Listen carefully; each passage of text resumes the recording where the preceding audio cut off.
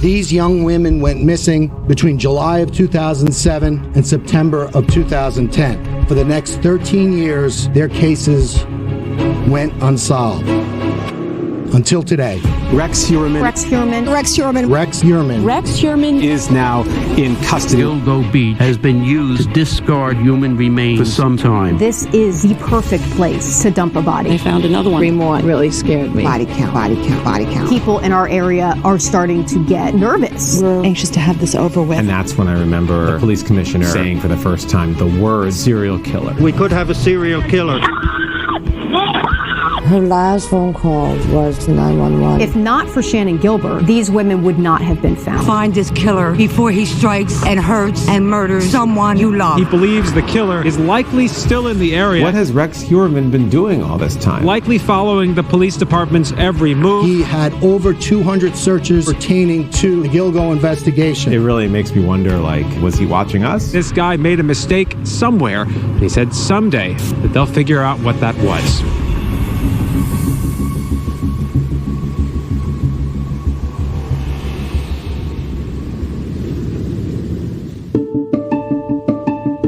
I was the Long Island reporter for about 4 years. I had just gotten this job in 2009, in the fall of 2009. I grew up in New York City and I went to high school in the Bronx and I knew all about the 5 boroughs and I was familiar with New Jersey, but I'd honestly never really been to Long Island more than once or twice in my life. And I got hired by Channel 7 and they gave me the Long Island job. And so it was interesting because I had to kind of learn it.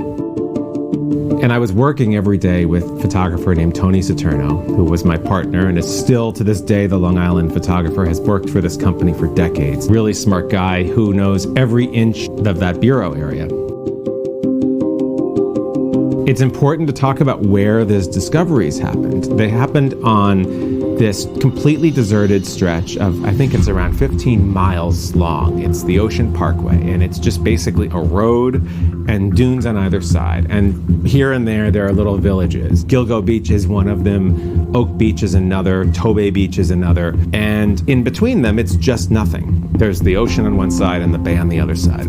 Some of them are real surfers' paradises, and people do go to them, and they are beautiful in the summer. Every other time of year, it's basically deserted. And, it's beautiful during the day. At night, there are no streetlights, and if there is traffic, you can hear the traffic coming from probably a couple miles away, and you can see the lights because it's just a long stretch. It's an ideal place for a serial killer to do this. We were out in Suffolk County on a regular garden variety day. We were doing, I think, a live shot at 5 o'clock in Suffolk County, maybe 5:30. We were on our way back and we got a call from the desk. There's a crime scene. There's a maybe body discovered way down south on Ocean Parkway. Go check it out. Everything on that barrier island is a solid 10 degrees colder than it is anywhere else. It's just cold and windy and punishing and just raw. It's pitch black, and there are 4 crime scenes along the beach. Every, maybe 30 to 50 yards or so, there was another crime scene vehicle and spotlights set up, and then another one and another one. And it was clear at that point that it was something. It was maybe 6:15. The news still had 15 minutes left. We were going into weather and sports, and we wouldn't usually come up with breaking news, but the producers said they wanted it, and so we set up to do a live shot. The producer of the 6 o'clock news, Zahir, who is still the producer, told me he remembers that live shot. I remember a 6 o'clock newscast trying to get him on. We went to the story, and if you notice, the graphic wasn't even properly set up when we went to it. It's just at the very last second, okay, I see Josh up there, let's just do it. We're following some breaking news right now. A body has been found in Oak Beach. Breaking news. Liz Cho says we're, following breaking news on Long Island. Crime scene. A body's been discovered. And police believe there may be other bodies out there. Liz remembers that. Everyone remembers that live shot because it was really messy on the air. The producer had gotten in my ear from the control room to tell me that breaking news was happening on Long Island. So there was this urgency to get to Josh to establish that live shot. We were having technical problems. We have a signal. We don't have a signal. We have a signal. We don't have a signal. Apparently, we've just been told that we have lost our live shot. That happened several times, and then finally, once we had signal, we tried it, and it failed. We're going to try to reestablish our live shot with Eyewitness News reporter Josh Einiger. As soon as we do, we will bring you much more on this breaking news, and we'll have much more coming up tonight on Eyewitness News at 11 o'clock as well. The signal dropped out, and they didn't have us, and then she had to kind of ad-lib. She and Bill had to ad-lib their way into a commercial break. Bodies buried at the beach. Yes. Yes. This story was not like a regular breaking news story. It is not every day that you hear about human remains, several bodies in an area around here. Eyewitness News reporter Josh Einiger, he's following that breaking news in Oak Beach. We want to return to him right now. Josh, what's up? They finally came to us, and we did this live shot. This is the barrier island to the south of the town of Babylon, an extensive search that goes on for a good mile along the bay here south of the town of Babylon. You could see crime scene investigators there, and then, Tony, if you want to come back out, you could see behind me, and then clear up the beach right here. As he's describing what he sees, I am trying to zoom in and show the public exactly what's going on, the crime scene, the officers, the detectives, and showing the distance of the vehicles to show that it's not just condensed into one small area. It is covering a large area of Ocean Parkway. We know right now that they can confirm in the last couple of days they have found 2 bodies. We didn't know anything at the time. All we knew is that there were, human remains found. We didn't really know what. There had been a discovery of human remains 2 days earlier on the weekend that we'd gotten tape of the crime scene, but we hadn't really covered it all that extensively. We believe skeletal remains, one on Saturday, one today, and we're told possibly more remains, the remains of more bodies on the beach. We'll continue to follow this throughout the night. A full report on Eyewitness News tonight at 11. Zahir told me something fascinating. He said he just knew he wanted to get it on the air because to him it seemed like something big, and that he would regret not jamming it into his newscast and not figuring out how to do it. Remember this discussion during whether is it really worth again trying to go after it. Me being the sarcastic person I am, I said, with my luck, it's going to end up being a serial killer. So let's do it. But for now, we're live on Gilgo Beach. Josh Einiger, Channel 7, Eyewitness News. All right, Josh, thank you. Keep us up to date. It was kind of ironic when the signal dropped out twice that this mystery, this murder mystery, mass murder mystery really, we knew so little about it, and we couldn't even get the signal up. It was sort of like some indices that says, you don't know anything about this. I've been covering Long Island for quite a number of years, but we never realized that when we pulled up that night that over 10 years it would still be an ongoing crime scene. And it ended up being the first report of this global story, this unbelievable true crime mystery that really persists to this day. Oak Beach tonight, looking more like a gruesome cemetery. On Saturday, a canine unit on a training exercise here uncovered the first body. Investigators trying to determine if the skeleton belonged to a young person who was reported missing earlier this year. When search teams returned to the same location today to look for more evidence, they found instead 3 more bodies stuffed in these brushes. I don't think I was ever prepared for what it was going to look like when I got to Gilgo, how truly isolated and eerie it was going to look like. Police discovered 3 more bodies yesterday at Oak Beach, a remote barrier island popular in the summer. I was new to Channel 7. I was from Texas. It was the most cold weather I've ever experienced in my life. Like, it sliced through me. All of the remains were stuffed in the bushes along an isolated strip of waterfront property. I think we got there at 2 o'clock in the morning after they found the first 3 bodies. And even though there were a number of crews out there, it still seemed very, very isolated. You just could not make up the story. You could not make up the weather, just the entire environment at the time. It was just spooky. It was really spooky. Whenever I think of this story, I just think I'm cold because it was so cold. We're here at the scene of this very disturbing discovery over the past couple of days. The day after that first report, I actually drove out and met Tony there, and it was really cold, and there was snow on the ground. 4 bodies just in the last couple of minutes. We have seen just off in the distance a cadaver dog that was brought out here really in the last 10 minutes to continue the search because police do not know if there are any more bodies out there. And that's when I remember the police commissioner saying for the first time the words serial killer. We're looking at that. We're looking at that we could have a serial killer. one of the most significant things I've ever heard any kind of public official say. I think it was the first full day after that first report that we did, and there's a press conference with the man who was then the police commissioner, and he said something that to this day I remember everything about what he said and how he said it. He said, we're looking at that. We're looking at that we could have a serial killer. And it was something about the syntax and the way he phrased it. It was in response to somebody said, is this a serial killer? And to this day, so many years later, symbolizes, the moment that it was clear that this was something enormous. I don't think it's a coincidence that 4 bodies ended up in this area. When you're looking for one person and then you find 3 other remains, it's bigger than what you're covering at the time.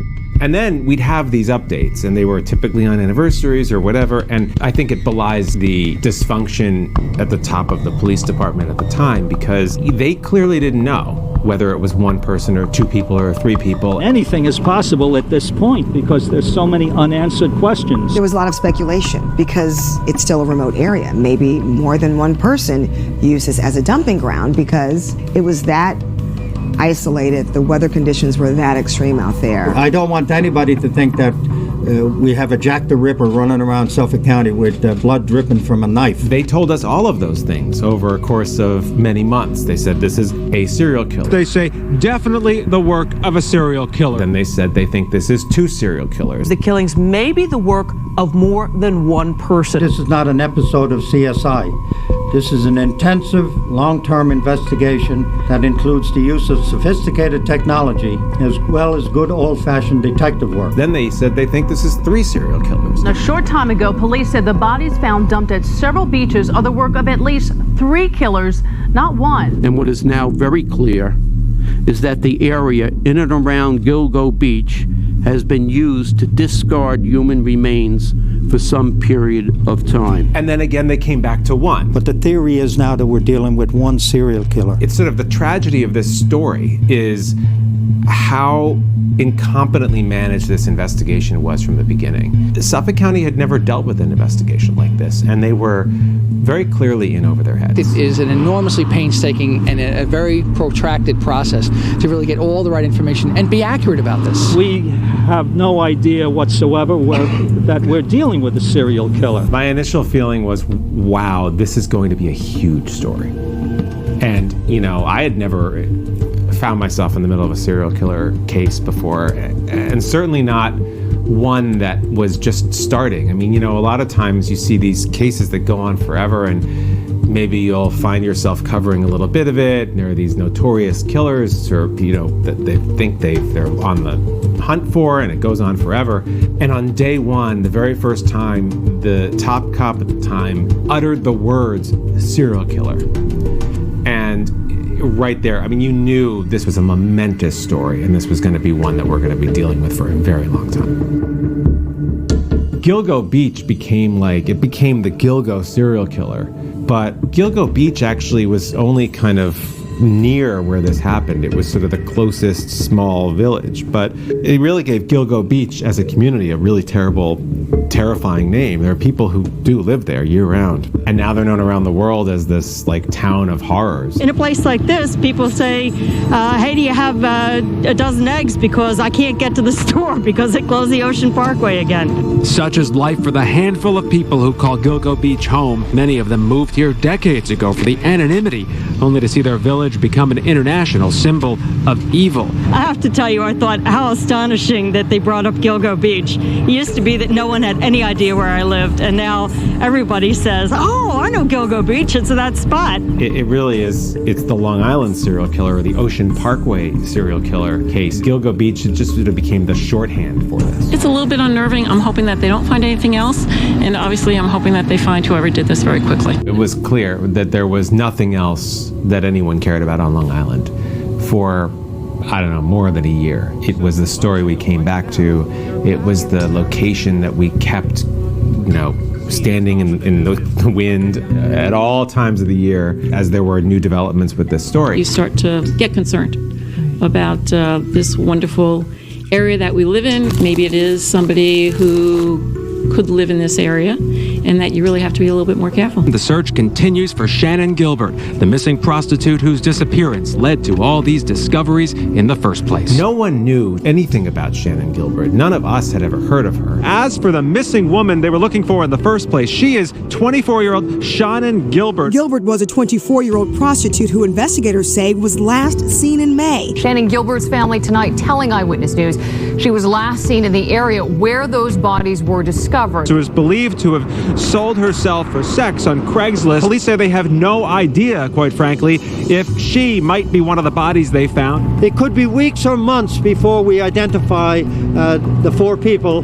that were found over the last few days. She had disappeared 6 months earlier, and the police didn't do much with it, and it sort of was festering in their missing persons division or wherever it was. It was not something that they'd ever told us about. We all became acquainted with Shannon Gilbert very quickly when the police explained how they found these bodies, that a police officer and his dog were looking in the area that Shannon Gilbert was known to have disappeared. A cadaver dog searching this nearby stretch of brush led officers to the skeletal remains of a woman's body. 2 days later, cops returned and found 3 more, all of them dumped in the thick brush. And so then we met Mary Gilbert, Shannon's mom. The grief-stricken mother and sister of Shannon Gilbert went through old photos of the 24-year-old in their Ellenville, New York apartment today as detectives try to determine if the missing woman is one of the victims of what may be a serial killer. Her last phone call was 23 minutes to 911. The police missed her by 5 minutes. Shannon's mom became this tireless advocate for her daughter and for all the women in this case. I'm worried about if she suffered. Gilbert's family says on that night Shannon met with a man she met on Craigslist at the beach in Long Island. They say police have talked to the man and he has taken a lie detector test. Despite her lifestyle, the family says the Shannon they remember was filled with love and promise. But there was this big question. Is one of those 4 women Shannon Gilbert? Police refuse to discuss leads in the case or if any of the bodies might be those of Shannon Gilbert or Megan Waterman, 2 prostitutes who disappeared in Suffolk County in May and June. Now the efforts continue to identify the women, but officials caution progress will be very slow. They tell us that it can take up to 30 days to have that examination complete. There was this momentous occasion every now and then where they'd gather all the press together and they'd make some announcement. And the announcement was always a big deal. We have a name on this person. We know more about this victim or that victim. But you always left feeling, like you wanted more. Like, okay, well, that's just a detail that they just told us about. But what do they really know? What really happened here? And that's something I think that persisted throughout this investigation, that they were very, very tight with the information, and not just with the public. And that, I think, is to their detriment in the end. They were tight with this information with other agencies that could have helped them solve it sooner, potentially.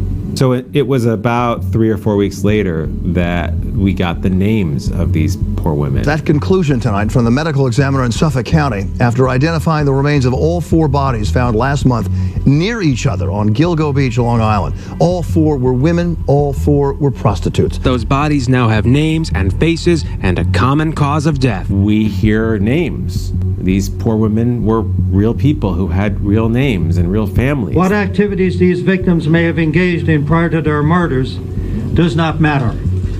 They were young women whose lives were cut tragically short. Maureen Brainerd Barnes was from Norwich, Connecticut. Melissa Bartholomew was from Buffalo, New York. Megan Waterman from Scarborough, Maine. And Amber Lynn Costello was from North Babylon on Long Island. Investigators say all 4 women were prostitutes who advertised their services on Craigslist, each of them vanishing sometime in the past 4 years. Police say the women, all in their 20s, were murdered elsewhere, dumped by their killer along the side of Ocean Parkway on this windswept section of Gilgo Beach. That opened up all new kind of lines of reporting, and their families started talking. I convinced myself it wasn't after a week. We didn't hear back from the DNA. I just said it's not her. They would have called us if it was her. It's sad. And I just wanted to get a chance to see where my sister was. Bartholomew vanished from the Bronx over a year and a half ago. Back in Buffalo, her family has endured a heartbreaking wait. They talked to a local news station in September of '09. If anybody has seen my daughter, please contact us. We really need her to come home to us. We all love her and miss her. Took my sister's life from me and my family's. I just can't believe it. I just can't believe it.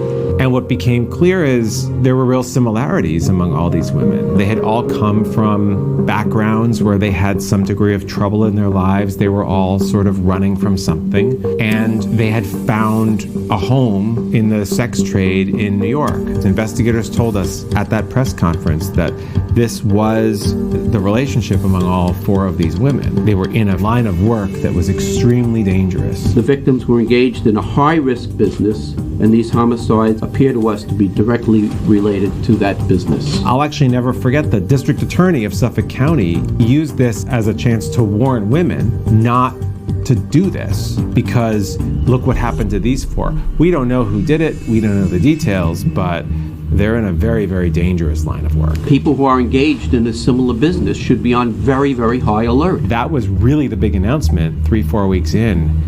And what was stunning to everyone covering this case, that not one of those four bodies was linked to Shannan Gilbert, and so she was still missing. Last night, they definitively ruled out Gilbert as a match for any of those bodies. At the time, everyone assumed, I think probably the police as well, that her body was there somewhere. She had been murdered like the others because she also was a sex worker. It was hard to imagine that it wasn't linked, that she hadn't met the same fate as the other four. And so they kept searching. When I get the phone call from the police, every time my heart stops. You know, I'm always thinking, is this the call? Is this the call? I'm frustrated because it's been such a long search. And then a few months later, they found a fifth body. Also not Shannan. Investigators now confirm that a fifth body recovered this week is someone else. And then they found a sixth, a seventh, an eighth, and ninth. Still not Shannan. But while those first four women were identified as missing prostitutes, Gilbert was not one of them, and she's been ruled out as a match to the four additional bodies discovered in the past week. My daughter is still missing. We don't know where she is. It's connected, and I wish they would just do their job faster before any more girls get hurt. –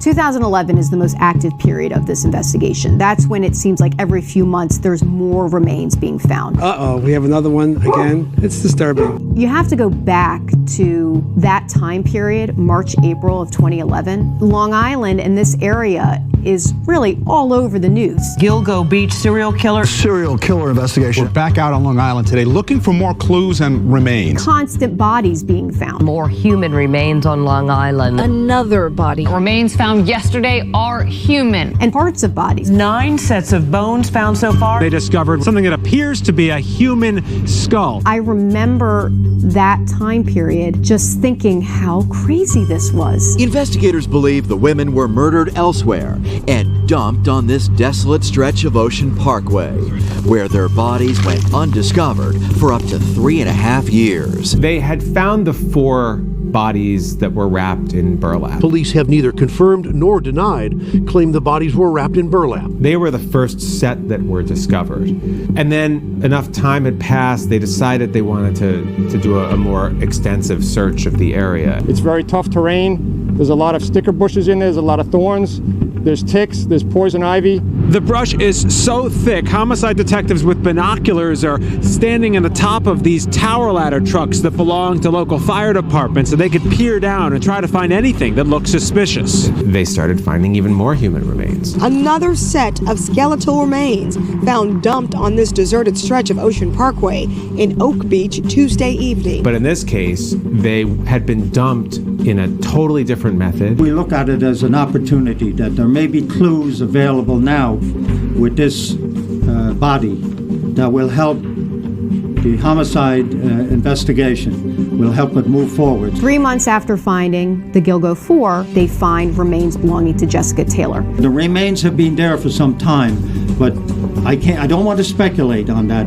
That's why we have the medical examiner do their forensics. Jessica Taylor's other parts of her had been found previously in July of 2003. I always thought that when they didn't find the original girl from Oak Beach, that most likely she was there, and it was just because of the weather back in December that they couldn't do a more thorough search. And they said they would be back in the spring, and unfortunately they found another one. I just hope they don't find any more. People in our area are starting to get nervous. We're anxious to have this over with, and certainly the people put away. They wanted to know, who are these people and why are they here and how did they get here? This newest discovery is making some families who live along this stretch very anxious. Is there somebody local that lives along one of these beach communities that happens to know that's a very deserted area at a certain time of night, and it would be easy to dump bodies? So it makes you a little concerned that this predator could possibly be living amongst us in one of the beach communities. But it was very clear. You have to know that area. He has a place to dump the bodies. It's very ritualistic, repetitive behavior. These locations, Dr. Kopolinsky believes, were carefully chosen. He suspects the killer lives or works nearby and is comfortable here. The thrill of the power and the kill is everything to this person. Only about a week after that, they find even more remains. It has become a nightmarish graveyard and a massive crime scene. This after 3 more bodies were discovered today near Oak Beach, bringing the total number of victims to 8. We found human remains, 3 human remains so far in the area between Oak Beach and Gilgo Beach. When I heard today 3 more, it really, really scared me because I just want somebody to find out who's doing this and end it all. And we've now learned one of the victims is a child. They find the remains of a toddler. At least one set belongs to a toddler, complicating police theories. Once we got beyond the initial shock of a toddler, I think we still kind of made the assumption that they were all tied to some type of sex worker. Body number 7 was that of a toddler, a girl between 18 and 24 months when she died. She was wrapped in a blanket when someone dropped her body in the brush. Investigators have not determined a cause of death, and while they don't know if she was murdered, they haven't ruled it out. The first thing you thought about when you heard about the toddler was that it had to have been a child of one of the sex workers who unfortunately had to bring the child with her. And then what happened to the child? Did the child see their mother die? These are the kind of cases that you can't shake at night when you go home. Like, you can't shake it when you hear things like a baby who was killed with her mother, who was a sex worker. You just don't shake that. Victim number 8, described as an Asian male in his late teens or early 20s when he was murdered, the victim of obvious trauma. This body, too, has no ID and is unrelated to the others. And it became that much more of a mystery. The cause of death is radically different from all the other remains that we have found. I think it's in everybody's best interest to do the best search we possibly can and to find everything out here that we possibly can, whether they're connected or they're not connected. I remember finding bodies all over the place on this stretch of highway. Everybody was even confused. Like, wait, what part of the beach was this? Let me look at the map again.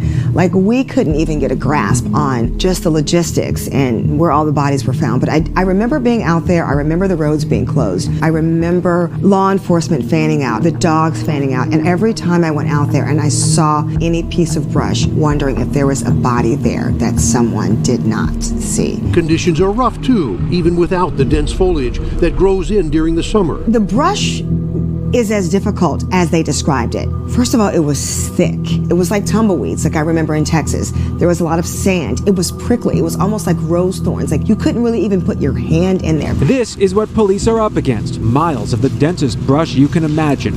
And today, officers, cadaver dogs, even police recruits braved the raw wind to hunt for more bodies on a desolate stretch of Barrier Island that's become a serial killer's graveyard. And so that's why we always thought they're gonna find more bodies, because this brush is so thick, it's so deep, there's all kind of sand. Like, they could find 100 bodies out here. We have no idea. And with new spring growth making the dense foliage even more impossible to navigate, authorities have called in the FBI to fly overhead with sophisticated cameras that could see right through the brush. We're hoping the technology will help identify skeletal remains that may still be out there. That was, I think, the reason that at first the investigators believed, well, wait a minute, this really is just a popular place for people to dump bodies. It's a tough area. It's very easy to miss something, but that's why we're doing it again. You can barely see this officer search through the thick bramble. Difficult to walk through now, especially for the canine cadaver teams. It will be impossible to see or find anything in a couple of months. If there are any more bodies out there, we want to find them. They searched for 4 days straight, and then when they called the search off, you still kind of had this empty feeling like there was a stone that was not turned. The Suffolk police have moved on from this location. They have found no extra bodies here. That's the good news. The death toll still stands at 8. But the bad news, they say they're no closer to catching a serial killer. So at this point, we have 8 bodies and no suspects. It was really difficult to believe that they had no suspects at the time. It's not like a TV movie where it's solved in an hour. This is tedious work, which will take time, but that's what detectives do, what homicide does. You know, we as the press only hear what the police want us to hear. Quite possible that the police have more information, but they're holding back. I mean, it's even possible that they have a suspect in mind. We weren't clear if they were withholding that information or if they really just did not know. But the reality was they were as stumped as we were. You know this terrain that's behind me, that rugged terrain, very difficult.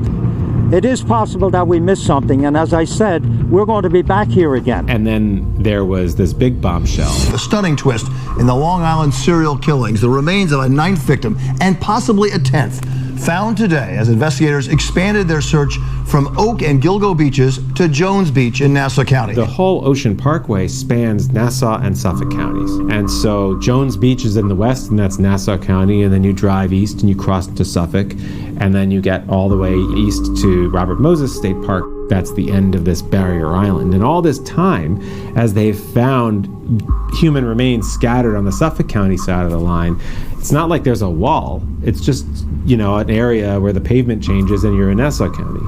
At some point, NASA decided they had to start searching, and on April 11th of 2011, they found sets of remains that they believe belonged to 2 more people. So that was victims 9 and 10. This is a path police bushwhacked their way through yesterday as they made their searches and found their evidence. It is very dense and very thick, very hard to navigate. And it was way back here, almost 100 feet in from the road, that they made one of their grisly finds, what they believe to be a human skull in this hole.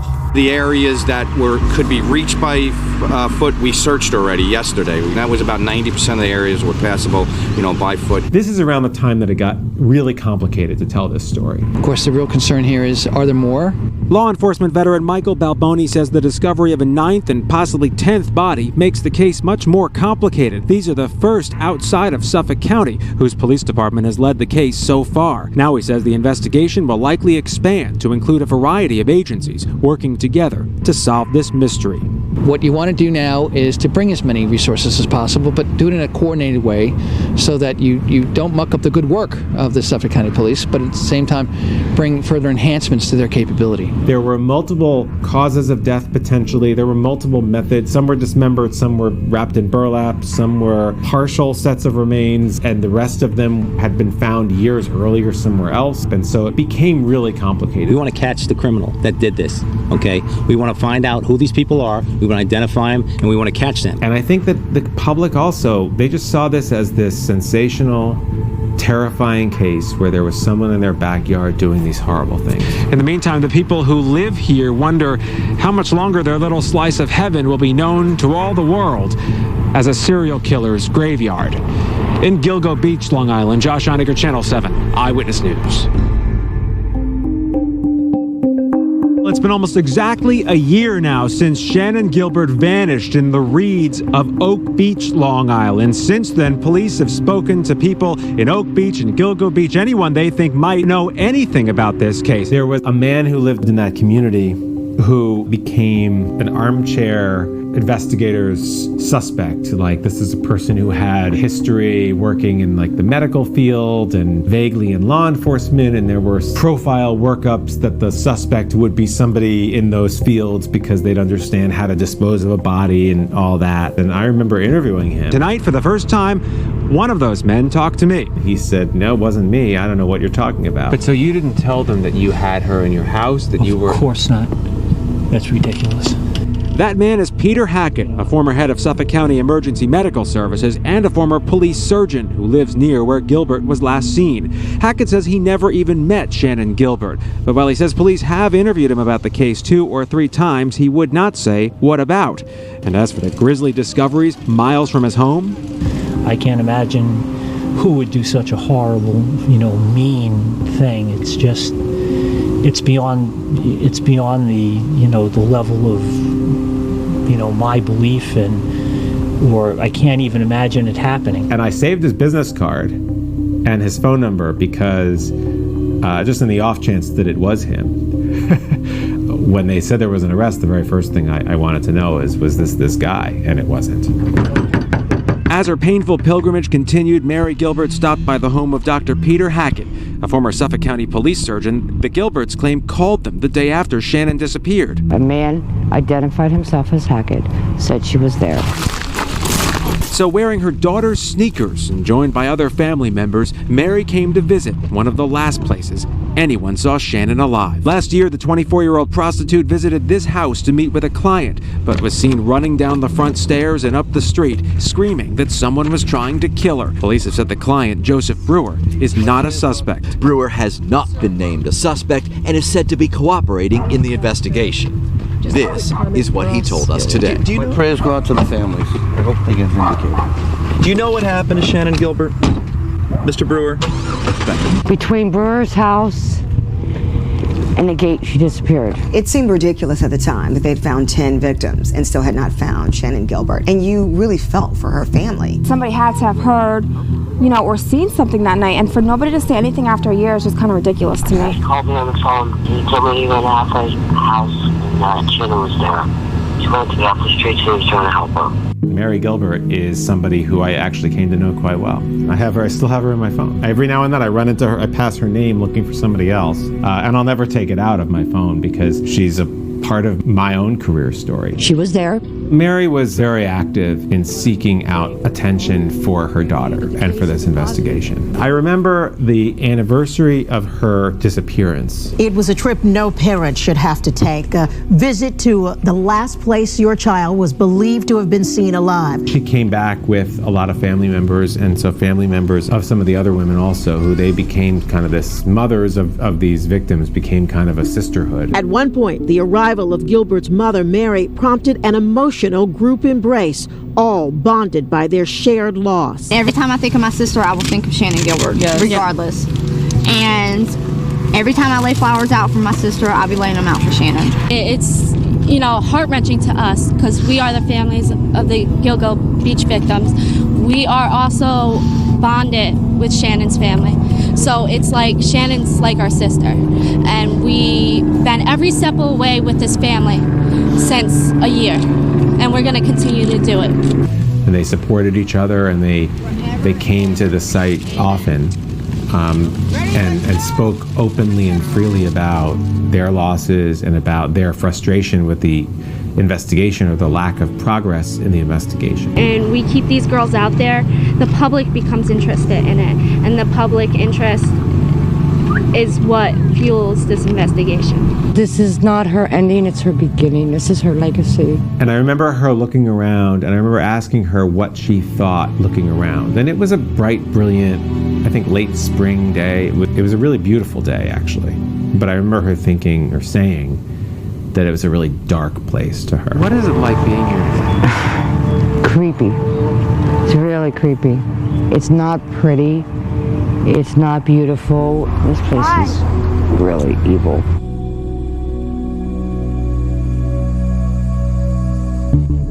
Oak Beach is this little gated community, and there are a few people who live there year-round. And that is where Shannon had her last engagement when someone, hired her off of Craigslist. And so she had a driver who took her to Oak Beach, to this little community. She met with this man, That was the last time anyone saw her alive. This afternoon, Newscopter 7 was overhead as investigators searched a house in Oak Beach, the very spot from which neighbors say Shannon Gilbert was running for her life this past spring. She knocked on the door of a man named Gus Coletti. He was a really nice older man who called 911, but then did not invite her into his house, and she just kept running. She said, "Help me," again, and she just looked like she was spaced out. He called 911, but she would not wait around, tumbling down his front steps and vanishing into the weeds. That was May 1st. She hasn't been seen since.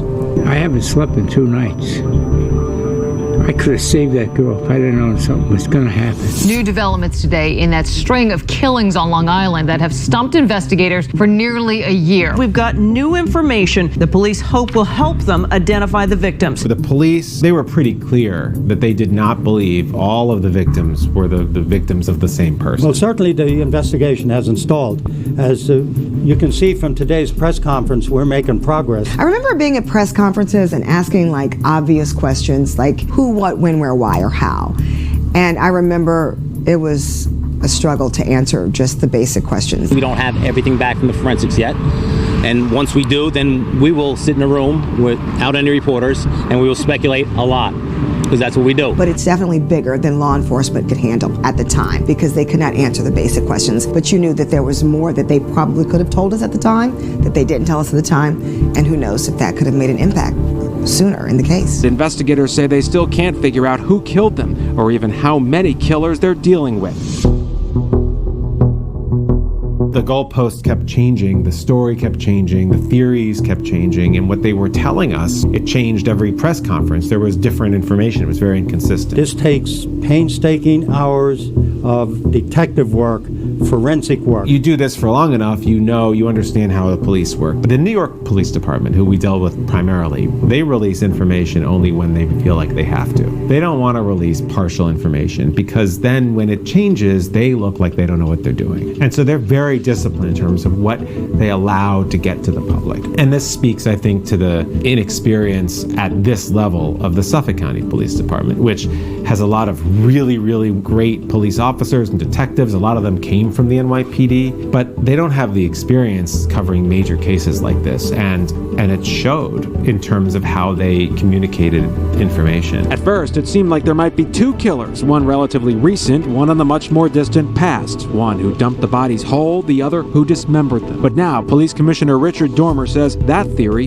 is out the window. So there were common denominators that point to one person involved in the killings. Serial killers evolve, they change their MOs. November of 2011, I had a chance to sit down for an exclusive interview at the time with the police commissioner in Suffolk County, Richard Dormer. And the real question was it one serial killer or 2 serial killers? I mean, how many people were out there? But the theory is now that we're dealing with one serial killer. We have a killer walking free today. Even the wild cards make sense now to detectives like this victim, an Asian male, who'd been dressed as a woman when his head was bashed in. He may have been a sex worker. And a 2-year-old girl eventually matched through DNA as the likely daughter of another victim. It's not unusual for a sex worker to have a child accompany them while they visit a client.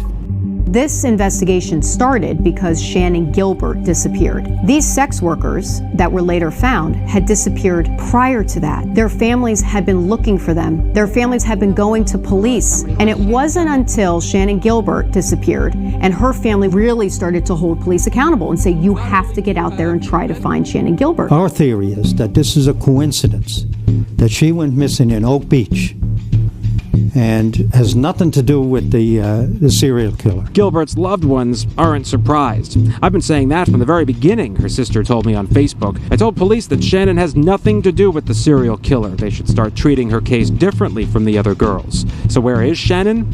The commissioner admits he's stumped. 10 bodies and no Shannon Gilbert.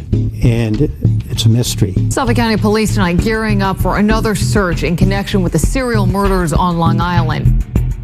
I was on vacation, and the company, the station, activated my cell phone with international service because we believed there'd be some other bombshell in this case. I needed to be able to make phone calls on it. And I remember hearing that they had found what they thought might be Shannon's personal effects. Jeans, shoes, a cell phone, and a pocketbook with her identification. And I spent like the rest of the vacation on the phone. This is not a result of a new tip. This is just a result of us wanting to research an area that within which she was last seen. We have searched this area before, but again, today's conditions are more favorable to when we searched it in the past because some of the areas are not underwater today. What we found yesterday is very indicative and very supportive of the fact that she just wandered and ran aimlessly into this marshy area. There is something strange about how all of these developments happen on anniversaries, on significant dates or around significant dates in this investigation. It's something that, I can't chalk up to anything other than pure coincidence, but it's definitely strange. 1 year to the day since the realization a serial killer was at work here on Ocean Parkway, victims' family members are making a devastating pilgrimage of their own. I'm so saddened by it. It just reminds me so much of what I lost. To Melissa Cann, this hole in the thick underbrush is hallowed ground. It's where 1 year ago tomorrow, police found the remains of her sister, Maureen Brainerd Barnes. Her body had been lying there just feet from the road for nearly 2 years. It doesn't seem real, like real, until you're here and you see it for yourself. And it's just like, you're like inside this like nightmare. Today, as family members hold a vigil to remember their lost loved ones, their thoughts are also with investigators, who they hope can stop the killer and bring justice to his victims. They're going to find the killer. He's going to slip up, or somebody's going to finally not be afraid anymore and come forward. It was on the anniversary of the discovery. It was on the anniversary of the time when they realized they had a serial killer in the first place. 1 year to the day since this became a major story of global importance, they found Shannon. After a year-long search, police on Long Island believe they have found the remains of Shannon Gilbert. In December of 2011, they finally find Shannon Gilbert. In the thick brush and bramble of Oak Beach, police believe they have found Gilbert's remains. Shannon Gilbert is sort of the sacrificial lamb of this entire tragedy. We went in with the idea that we were going to do this one last time to see if we could find anything, and we did. If not for Shannon Gilbert, these women would not have been found. It's exactly 1 year to the day since we first started covering this case, when the first sets of bodies were found along Ocean Parkway. 1 year later, the woman they'd been looking for all along, Shannon Gilbert, police believe they have finally found her remains. And then finally they found Shannon, and what was the ultimate stunner in all of this is that they believed, and still do believe, that Shannon Gilbert was not murdered, that Shannon Gilbert died in an accidental drowning. This may be just a young lady ran into the brush in a hysterical state and fell down and, expired. That's something that I think Shannon's family has always found hard to believe. Until I heard positive confirmation that it is my daughter, I'm going to believe it's not until I know for sure. I think a lot of armchair investigators who've been kind of watching this from a distance find hard to believe. We believe that Shannon Gilbert ran into that area the night that she disappeared. And, looking at the terrain, it's very easy to get engulfed with water, muck, and, fall down and not be able to get out of there. Whatever happened to Shannon, she is the reason all these other families have closure, because if there is no Shannon Gilbert disappearing in Oak Beach, then there would have been never any closure for these other families. Mary Gilbert made a tearful pilgrimage back to Oak Beach after detectives told her the news she'd been dreading. It's too hard. I can't even talk. I don't even have words to say how I'm feeling right now. Forever and ever. Amen. Ready, let's go!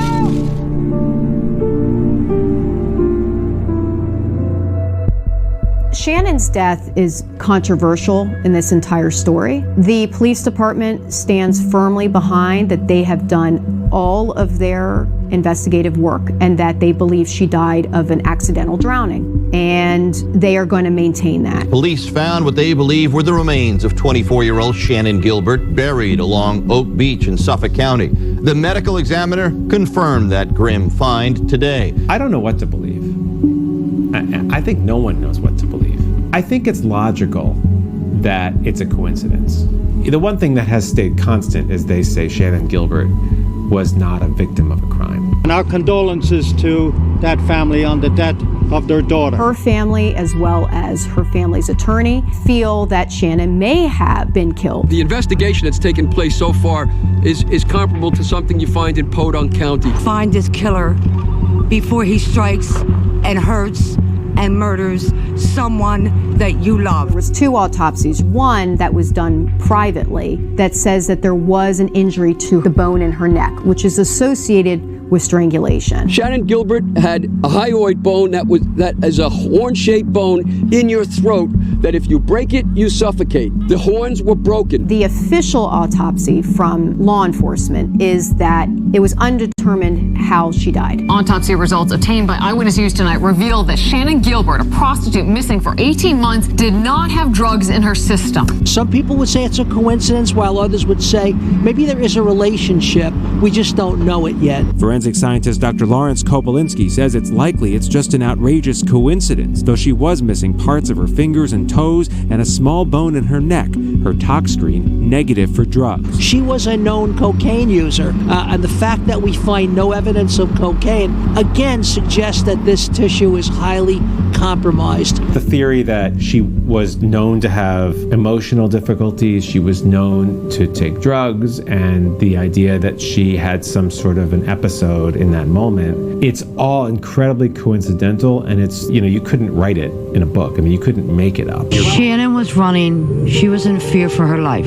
Someone was chasing her. Shannan was found without her clothes. I just don't believe she would run in a drug-induced paranoia and just strip her clothes all the way off, running naked into the marsh. I've had people say to me and really challenge me on why are we not continuing to hold law enforcement accountable for their investigation into Shannan Gilbert. My argument is, at this point, if they felt that she was part of the pattern, I believe that they would have connected it at this point. There's no reason for them not to. Maybe some will say, well, they don't want to admit that they didn't include her for so long. The Suffolk County Police Department is grossly derelict in its duty not only to have investigated these murders properly, but also because they failed to protect the lives of these people who are now gone. Doing what we do, I mean, you want to believe officials, you want to believe that the investigators are doing a professional job and have come up with a conclusion that makes sense. And when it comes to Shannan Gilbert, even with all the dysfunction in this investigation going back for more than a decade, it would be really hard for me to believe that so many people have been wrong about this. The mother of Shannan Gilbert is demanding action tonight.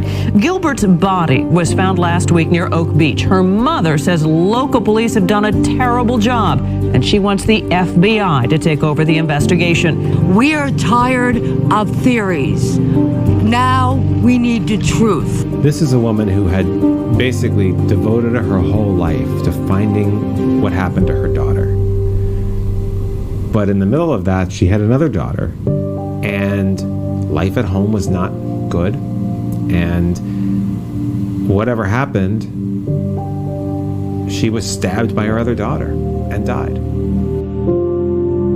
She claimed she was hearing voices, and she asked her mother to come over. And her mother dutifully went to her daughter's apartment and was there stabbed to death. Police say her daughter, 27-year-old Sarah Gilbert, is charged with second-degree murder and criminal possession of a weapon. Mary Gilbert was bludgeoned with a knife to death by her daughter, her own daughter, Sarah. She's a schizophrenic. You have families who are hurting, families who have all kinds of troubled pasts and history together, and mental illness, and, in some cases, poverty and desperation. Shannan had an origin story, and whatever it was, it led to her advertising herself for sex on Craigslist, and it led to her dying in a marsh on Long Island. And so the family she left behind wasn't any better off for it. In fact, it just exacerbated the stress that they no doubt had, whatever the stressors were. And in the end, one of Shannan's sisters, who we had gotten to know also, murdered their mom. It's shocking, it's very upsetting. friends of Mari Gilbert cannot believe she is dead. Miss Gilbert had blood on her clothing, and she was detained by police at the scene. It's crazy that, you would kill your mom. The family attorney said that Shannon's sister Sarah never got over the loss of her sister, never got over the trauma of this whole experience. Sarah had been acting in irrational ways, and she had actually been hearing voices, and these voices were telling her what to do. Probably never got over losing her mom, too, to this whole investigation and to her own obsession about what happened to Shannon. We are going to continue to fight as long as we need to until justice is done for our daughter.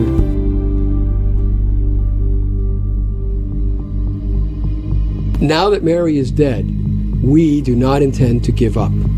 Instead, to the contrary, we're going to double our efforts. Life does go on in the face of these cases that take forever to resolve, and it's not always pretty. So many people in Shannon's profession are largely ignored and disrespected and disregarded, even by most often their own families. Mary was the singular and beautiful exception, and she pursued the death of her daughter and attempted and still attempted right up until her death to find the killer. I remember there was a big debate.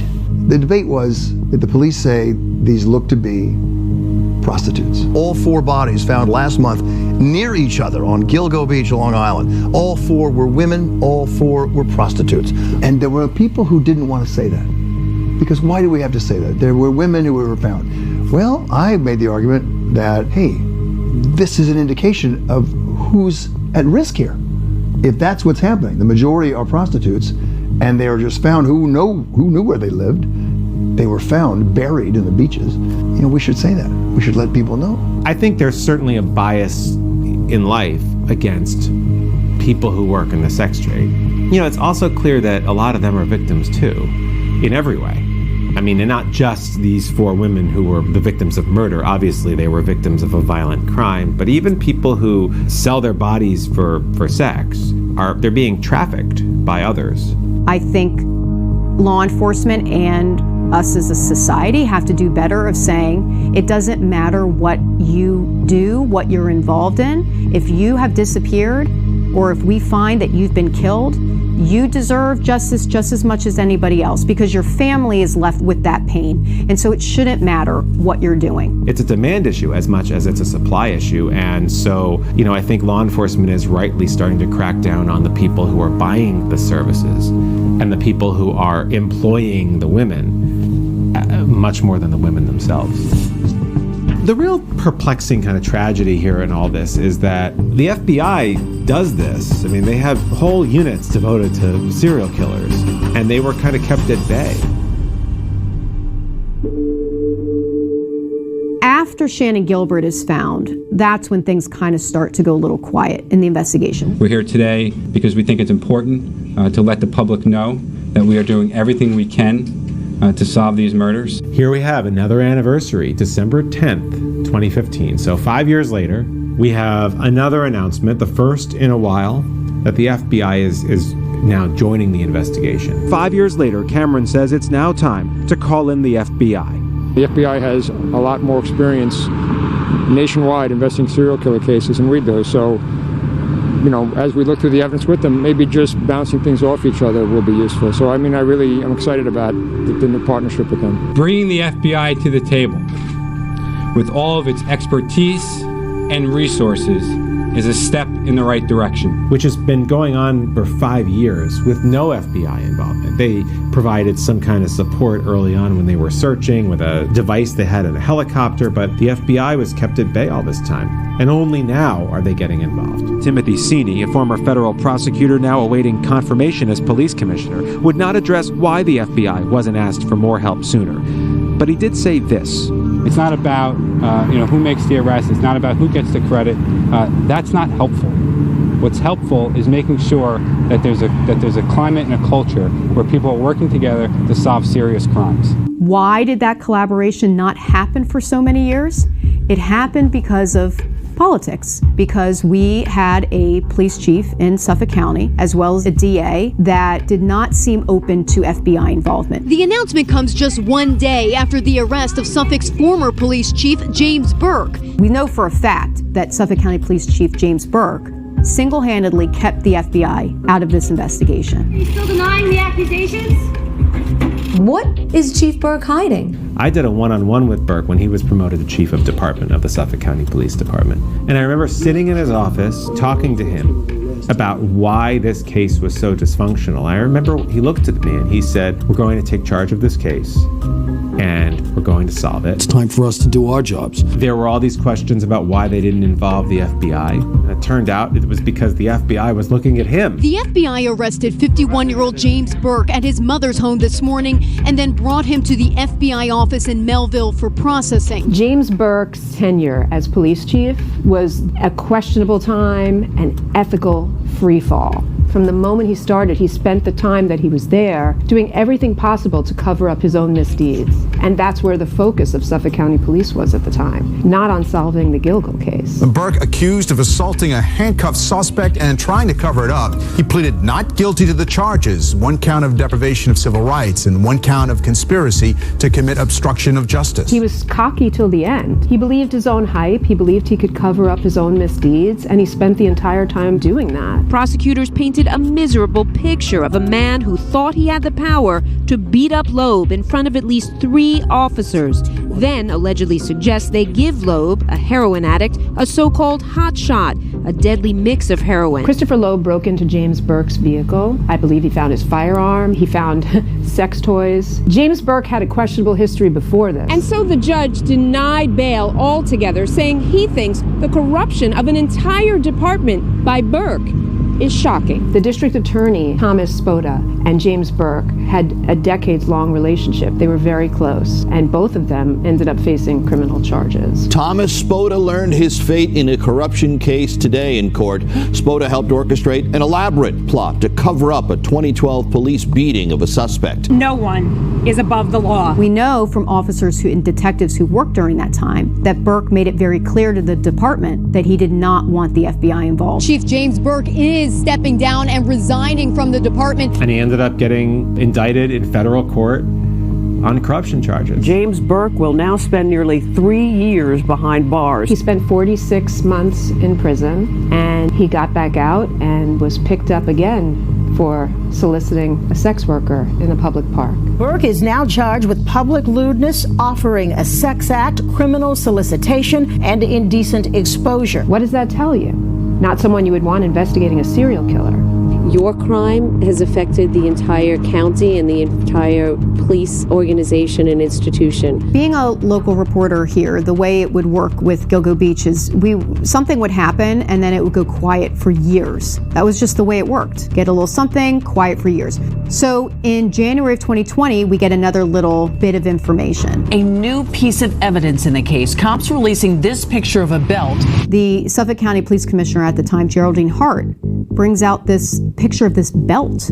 A black leather belt embossed with the letters HM or WH was recovered during the initial stages of this investigation. And we thought, oh, this must be some sort of smoking gun. They call this evidence significant, yet police held on to it for nearly a decade. It was the first time the needle was moving again, and she was trying to make something happen. I think she was also viewed as an outsider because she came from the FBI, and she was trying to further the case. She was trying her best. We have decided now to leverage social media. Here's this police commissioner just standing up saying, you know, we're going to have a website, we're going to get outside labs now. First time they're starting to think about DNA. They realize that this is a small piece of evidence, but they're hoping that it will generate some interest. Police were hoping that when they put this belt out there that they would get some leads, but nothing again. It went quiet again. Police in Suffolk County today released the identity of a victim in the infamous Gilgo Beach murders. And then 5 months later, in May of 2020, in the middle of COVID, police please come out with more news. Today, we are announcing that Jane Doe number 6 has been positively identified as Valerie Mack. Mack was ultimately identified when investigators used data from DNA websites to track her family down. Interviews were conducted with potential relatives who provided investigators with additional DNA samples, which were processed and analyzed, leading us to determine the deceased woman's identity. So I stopped being the Long Island reporter in around 2012, 2013, and I was still actively interested in this case. I still covered it from time to time, but there were Long Island reporters who came in after me. Kristen Thorne replaced me on Long Island, Shantae Lands replaced her on Long Island, and there's a continuum of people who've been covering this case. So I cover the NYPD a lot, basically every major story involving the New York City Police Department, which is the biggest and perhaps most professional police agency in the country, if not the world. Rodney Harrison was a rising star in the New York Police Department. He had been chief of detectives, he had been chief of patrol, he had been chief of department, and then he left to go be the police commissioner in Suffolk County. And when Suffolk County made that announcement that Rodney Harrison was coming to run their department, I knew they were going to solve this case. I am honored and proud to welcome Rodney Harrison to be the next commissioner of this policing family. And it comes just one day after the 10-year mark of the discovery of the remains of Shannon Gilbert. For us, our two top priorities right now, solving the Gilgo Beach serial murder case and implementing the police reform plan. Suffolk County Police Commissioner Rodney Harrison has always said that these homicides are solvable and that he is going to solve them. So he creates a task force, Gilgo Beach Task Force. Police Commissioner Rodney Harrison today announcing a new task force made up of investigators from the FBI, the New York State Police, as well as the Suffolk County Police, Sheriff's Office, and the DA's office. People who really know what they're doing in investigating a major case like this. When I first came into this position, there was a commitment. The commitment is I'm going to make sure that we use all of our resources to be able to identify the individuals or individual that was involved in this case and make sure we hold them accountable and bring them to justice. It was kind of like confetti going off because I was like, finally, he's bringing that institutional knowledge that we see every day with the NYPD. That small town police department needed a big town, big city approach to this case. Working with our federal partners, I think that's going to be something that's going to definitely get us over that hurdle going into the future of this case. I hope that what the Gilgo Beach Task Force has proved is that collaboration, true collaboration, not just saying that you're collaborating, but actually doing it, works. And that's what led to a break in this case.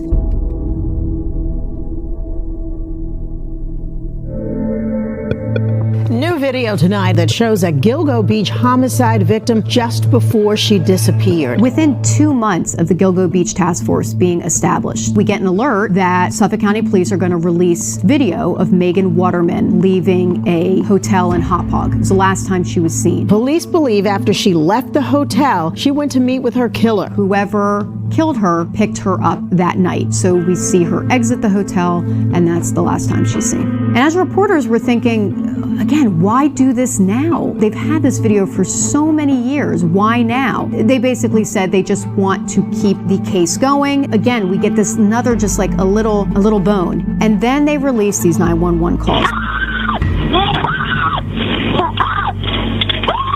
Even just hearing the news that they were going to release these 911 calls was so monumental. You have to remember, things had gone very quiet for like a decade. Suffolk County Police will release 911 calls linked to the unsolved murder of Shannon Gilbert. Gilbert was at the house of a man named Joseph Brewer in Ocean Beach. At some point during the meeting with Brewer, Shannon reportedly began acting irrational. This prompted Brewer to contact Michael Pack, who was outside in his driveway. Pack was Gilbert's bodyguard. These calls, Shannon Gilbert's attorney, John Ray, had been fighting for years. If they don't release the tapes, when they claim they're engaging in a new initiative to share information regarding Long Island serial killer, they have to give up the tapes. What else is there? He had them. He wasn't allowed to give them to us. For years, 9 years, the Suffolk County Police Department has covered up the facts in this investigation. They need to be challenged about why they hid this and fought me in court all these years to keep this secret. The 911 tape was sort of as advertised. No, stop it, please. stop it, please stop it. Please stop it, no. It was Shannon Gilbert sounding terrified, running for her life. They're coming after me. They're out to get me. State police. Yeah, there's somebody after me. I'm sorry? There's somebody after me. My first reaction was, she certainly sounds upset. No, stop, no. There's something wrong. Stop it, please. Please stop. But when you hear the male voices on the call, How are you, sis? Okay? Please. Get that. What's the matter? Are you okay? they seem genuine that there is nothing wrong. Come on. You freaking miracle. Come on. I'm in the middle of nowhere. Let's go back to Manhattan. All right?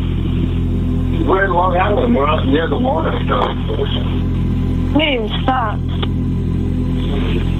Please, Mike. Brother, come on. No, stop it, please. You hear her security guard, as well as the man who had retained her as a client for that night, and they're telling her to calm down. No, time to go. Please.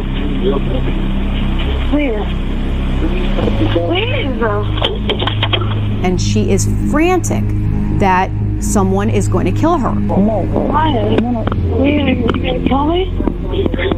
You hear this interaction of them trying to get her to calm down, and eventually she leaves. You can hear her feet on the gravel because she's running through the gravel of this development.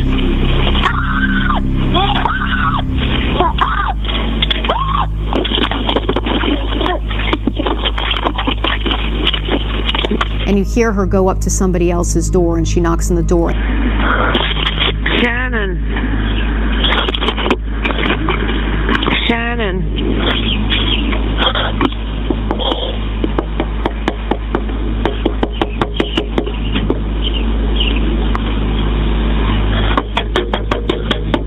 And the gentleman says, you know, what's wrong? Are you okay? Be careful. Don't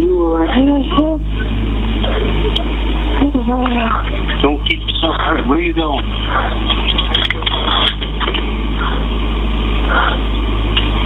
Wait a minute. Where are you going? Where are you going? And she just keeps running. I mean, you hear her run, and that's it. I could have saved that girl if I didn't know something was going to happen. And then eventually the call ends, and now we know she ran into this marsh in the dark. She didn't know where she was. She may or may not have been on some substance. She may or may not have been having some sort of emotional episode. We'll never know. But she ran into this marsh, which was described really as like quicksand to us. It's muddy at the bottom. You can get stuck and mired in it. In areas, I think it was 6 feet deep with water. And really, they think she just drowned. The prevailing opinion in Shannon's death, while tragic, was not a murder and was most likely non-criminal. I do believe that Shannon Gilbert's death was accidental. I think that she drowned. The police decided that the man who had hired her was not a suspect. They decided that the old man she knocked on the door who called 911, he was not a suspect. They said they ruled out that other guy in the community who everyone thought was the serial killer. He wasn't. But the police, you know, rightly or wrongly, had lost a lot of credibility with the families and with a lot of the public. And so it was really hard to know what you could or couldn't believe. It doesn't matter if people think that she's a victim of the Long Island serial killer or not. Something happened to her that night. She ran for her life. I think initially the families felt that they were being judged because of the work that their loved ones were involved in. These women were sisters, and in the case of Megan Waterman, she had a 3-year-old daughter. That daughter is now growing up without her mother. And I think that these families have a really important story to tell and could really emphasize the importance of law enforcement and us as a society taking these cases seriously when people disappear. And when the families tell law enforcement, I'm telling you there's something wrong. I'm telling you this is not her behavior, that is listened to more attentively. This is breaking news from Channel 7 Eyewitness News.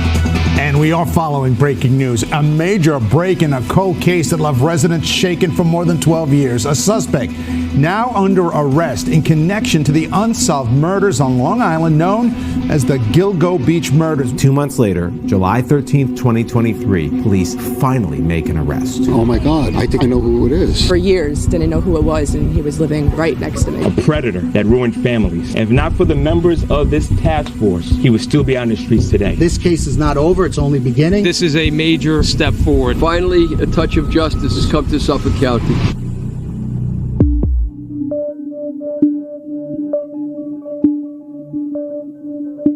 I got a call from Kim Dillon, our assistant news director. I think she woke me up and said there's an arrest in Gilgo.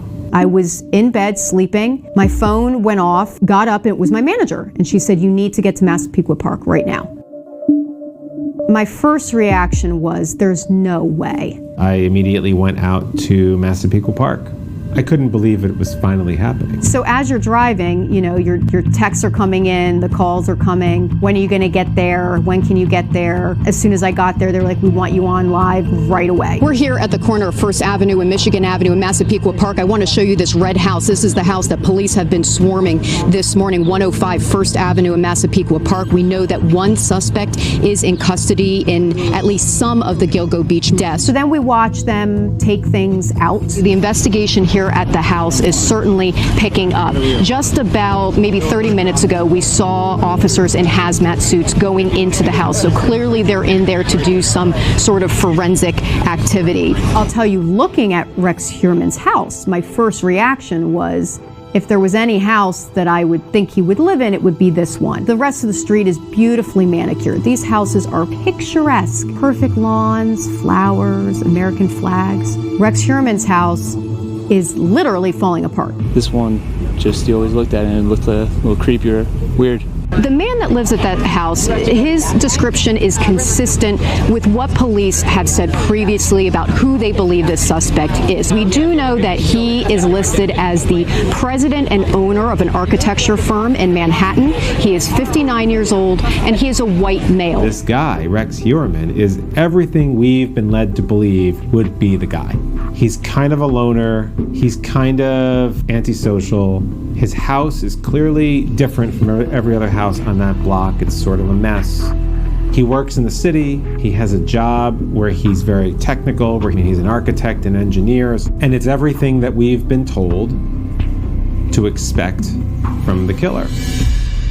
I just couldn't wait to talk to the neighbors. Like, how were these people going to react to this happening next door to them? What do you think about all of this? The whole world has been watching this case since 2010, and here it is in your little neighborhood. It's a shocker. I mean, it's a real eye-opener. And like I said, 29 years. This is the worst case I've ever seen. You never saw anybody coming in and out of that house? No. Never. You would say, who lives here? Never see anybody. The fact that it's in the exact town is kind of alarming. It's just really unsettling knowing that something like this literally hits so close to home. It was kind of amazing. It was sort of a carnival-like atmosphere. You know, people were standing around, taking pictures, taking selfies. It just makes no sense to me how someone could, like, this close to me. It was a huge media spectacle. All the network came, all the cable networks came. I live in Manhattan now.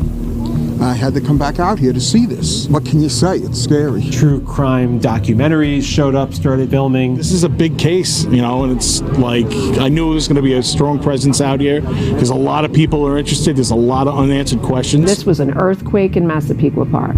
This was a storm like they had never expected this. Rex is just a strange guy. And we said hello in the mornings, you know, talked every once in a while. Nobody would speak to the guy. People would literally cross the streets when they came to the guy's house. The next door neighbor did tell us that Heuermann would look over the fence at his wife sunbathing. Put a little lounge chair out there and try to get a little sun every once in a while.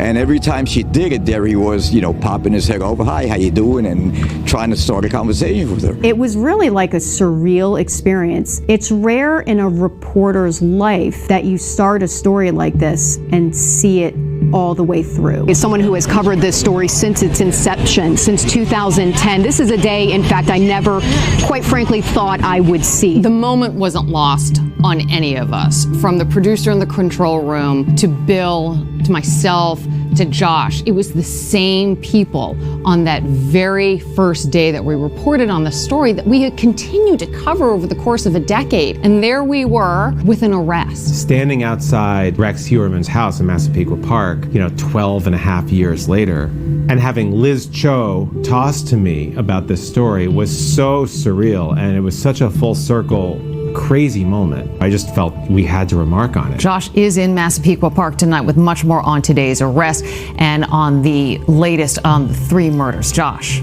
First time investigating. Yeah, Liz, it's just inconceivable that 12 and a half years have gone by now since that bitterly cold night when you and I were on the air talking about this for the very first time. 12 and a half years later, on a thick and hazy and humid afternoon, Rex Heuermann is now in custody. We have brand new and exclusive video that Eyewitness News just obtained of him being taken into custody. My mission that day was finding the surveillance video, and I found the only surveillance video that exists of his arrest. Rex Heuermann was arrested on this sidewalk behind me between 36th and 35th here on 5th Avenue around 8:30 last night. And that's also where you see a line of police vehicles behind me executing a search warrant. They have been inside for hours. It was just that moment. It was that moment that happens as journalists that doesn't happen, that only happens on TV, because it does not happen in real life. But we did have one of those TV moments. I ultimately got the surveillance video from a business owner who did not want to be identified. And when he showed me the surveillance video,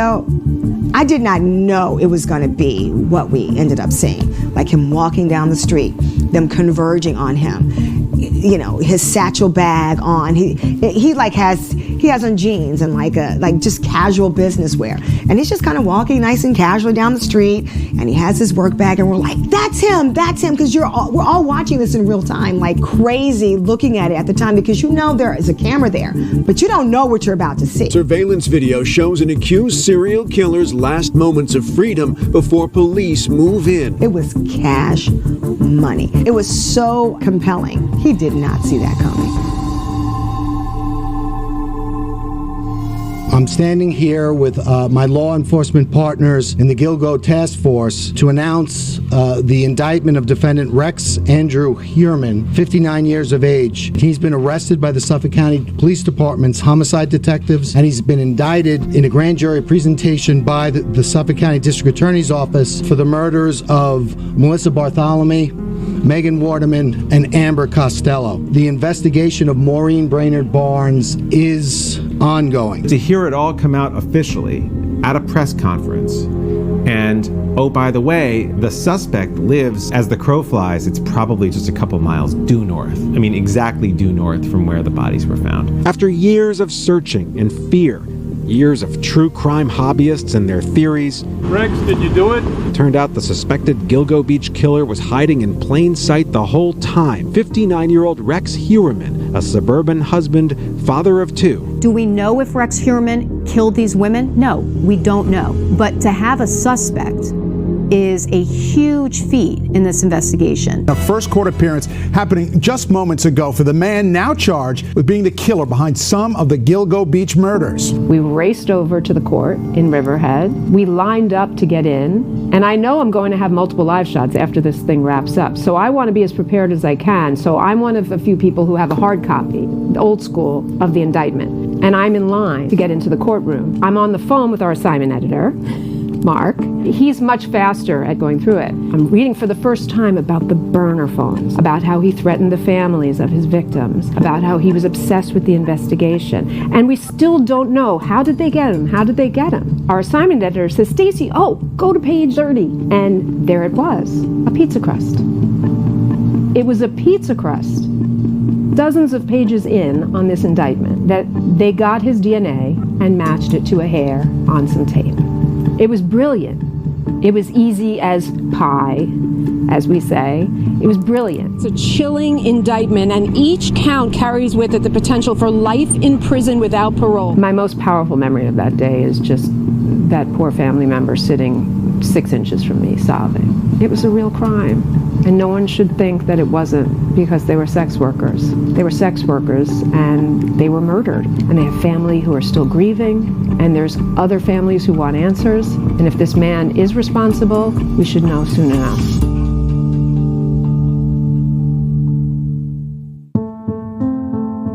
I don't think I'll sleep until they catch this guy. The person who murdered Lynn Bartholomew's daughter Melissa and continues to haunt her youngest child. I'm scared of my own protection. The fact that he was calling my phone, I have to be worried about, is that going to happen to me one day? They had been taunted by this guy. And that had come out in the course of reporting out this story, that he had called their families, taunted them, and talked about what he had done to their loved one. Over the next 5 weeks or so, he would call the then 15-year-old 5 more times, eerily each time from Melissa's cell, at one point saying he had killed Melissa. They were very taunting and angry words. My heart would stop and just didn't even know what to do mostly. He had a system. He had a clear system. Burner phones. He stalked people on social media. He stalked the families on social media. The Suffolk DA describing to the judge how Heuermann used 7 different burner phones. He would take selfies on them like these and use them to search for victims and violent pornography. He even searched obsessively for the relatives of his victims. And he was doing it from Midtown Manhattan. There was sounds of traffic in the background, and we'd been hearing all of this. And the families and their representatives had been telling us this for years. And the police had not. The police had been very careful not to reveal this information to us publicly throughout various iterations of the leadership in the police department. When we talked about, not going before the media, if you see, Rodney did go before the media, but it was always in a very controlled manner, and it was always with a controlled purpose. Again, we did that because we knew we were playing before an audience of one person. I'd want to know actually what he was doing during that time. And we know he was going to work, he had a family. We know that he is 59 years old, lived in Massapequa Park, and worked in Manhattan. He was married and had 2 children. He was functioning in New York City as a building engineer. Rex Heuermann, I'm an architect, I'm an architectural consultant, I'm a troubleshooter, born and raised on Long Island. Okay. Been working in Manhattan since 1987. But with respect to the 4 women that we'd covered that have been attributed to him, I mean, how aware was he of every step of the search, and how was he consuming that information? Searching on the internet at one point, why hasn't the Long Island serial killer been found? He was Googling about himself. In a 14-month period, he had over 200 searches pertaining to the Gilgo investigation. Even through this, I never became like an expert on the psychology of a serial killer. I mean, there are people who focus on this, but what little I know is that they are, incessantly narcissistic, right? They want credit for what they've done. They want people to know about what they've done. He was compulsively searching pictures of the victims, but not only pictures of the victims, pictures of their relatives, their sisters, their children, and he was trying to locate those individuals. He asked me if I knew about the Gilgo Beach murders. And back then, I was like, he's just from that area. But now I just see it as a serial killer, kind of just putting it in somebody's face. There's some kind of thrill of the hunt, of being the hunted and staying a step ahead of investigators. We knew that this one person would be watching, and we didn't want to give him any insight into what we were doing. And we also didn't want him to know just how close we were getting. It was such a close call that I almost don't even know if I can carry on in my industry. Following Rex Heuermann's arrest, I ended up speaking with a woman who was a sex worker in this area around that time. Once I had the name, I ran him through the screening tools that we have to keep us safe. One of the phone numbers was saved as do not answer. If I get a vibe from somebody that this person is scary or that they might try and contact me from like another number, that's when I'll save them as do not answer. So it's really scary to find out that the person was actually only less than a mile from me. Were you working on Long Island during the time of these disappearances? Yes, I was. And I was avoiding... Sorry. Take your time. I was avoiding calls to the Hamptons because I thought that's where the person was. And so I started working in the city. And then to find out that the person's actually working in the city and living right next to me is just really scary. There were several sex workers that spoke out after his arrest. It was chilling to hear what they had to say. I had a really, really bad feeling. Like my gut was like telling me I needed to get away from him. Former escort Nikki Brass, who says Heuermann solicited her approximately 8 years ago. He actually mentioned the Gilgo case. When he talked about it, he would like speak in a they and hypothetical, but he had this like smile on his face that made me really uneasy. It sent shivers up the back of my neck as we're listening to what she's describing, and you think of what could have happened and what she managed to avoid. One thing I struggle with as an investigative reporter is that we know that this tip about the Chevy Avalanche belonging to this gentleman who was last seen with Amber Costello, that tip came in 2010. He was driving a dark-colored, black, first-generation Chevrolet Avalanche with a unique feature that was between it's a pickup truck, so it was between the cab and the bed, and that was identified. Again, that was back in 2010. For law enforcement to not take that tip seriously until 12 years later is something that is highly questionable. It wasn't until March of 2022 that database was searched by the task force and this individual was identified. That tip was called in by Amber Costello's roommate and friend because he knew that Amber had disappeared. She wouldn't just leave with anybody, you know, she wasn't stupid, you know, and even though it was money like that, you know, it kind of makes me believe that she was comfortable enough with this person.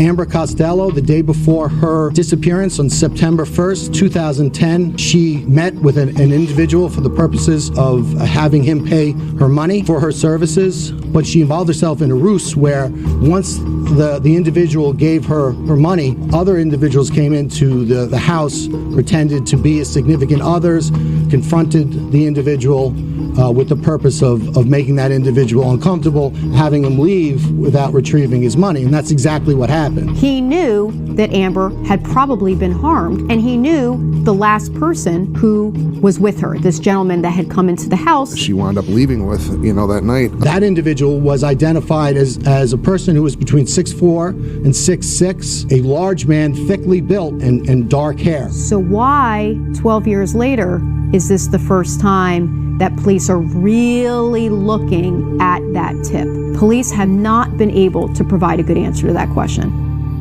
Honestly, what has Rex Heuermann been doing all this time? He's only a suspect, he hasn't been convicted, but if in fact he did this, why would he have stopped in 2010? And so, for all the time that went by, and you know, they caught him on a tip that they got way back when, the thing about the truck. So what I want to know is has he theoretically killed anybody else? And could that have been prevented if they ran this case more professionally from the start? We still don't know where these women were murdered. Their bodies were found at Gilgo, but that doesn't mean that's where they were killed. And so that is something that is still part of this investigation. Suffolk County District Attorney Ray Tierney visits the site, answering the burning question if he thinks anyone might have been killed in Heuermann's house. Evidence does not point either one way or the other. Could Rex Heuermann be linked to some of these other victims? Absolutely. That's what investigators are going to have to figure out. Bodies, the demographics were a little different, but it doesn't mean that we're not going to take a closer look and see if Rex Heuermann is attached to them or other bodies that might have been discovered throughout the state. Do the killings of the other victims resemble the Gilgo 4? They do not. They are not just looking at Rex Heuermann for these other killings. We'll continue to go after those that committed these crimes and hold them accountable. This is an extended period of time for these homicides to happen. That means there's that many more potential suspects because the amount of time that has gone by. The case now expanding across the country, with investigators searching Heuermann's property in Las Vegas and in South Carolina, where they retrieved this pickup truck believed to be connected to the killings. Suffolk County Police and the Gilgo Beach Task Force and the FBI will tell you they are investigating, working with all the police departments. The investigators were never discouraged. They continued and uncovered evidence and followed leads. They never stopped working and will continue to work tirelessly until we bring justice to all the families involved. We know so much about the Gilgo 4, and we know so little about everybody else. Those people were murdered. And those killers need to be found too. I can't imagine what it must feel like so many years later to hear that there's finally an arrest in this case. I also can't imagine what it feels like to be a family member of one of the other victims. There's all this hoopla around this arrest, but there are 6 other victims whose cases have never been solved and may never be solved.